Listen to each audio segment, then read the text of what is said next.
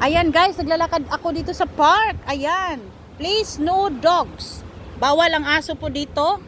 Ayan, tingnan nyo, bawal ang aso, no? Then, papasok tayo dito sa Hoi Fai Road Park. Hoi Fai Road Park. Ayan, basahin niya, Hoi Fai Road Park. Pasok tayo dito sa loob.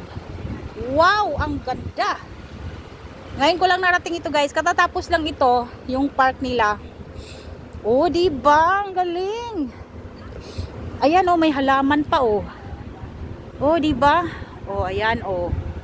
Tingnan mo, may dalawang, ano. Wow! Very nice. At hanggang doon, paparoon.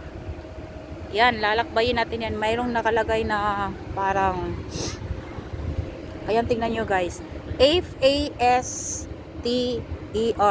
Parang faster. Faster. Ayan, diba?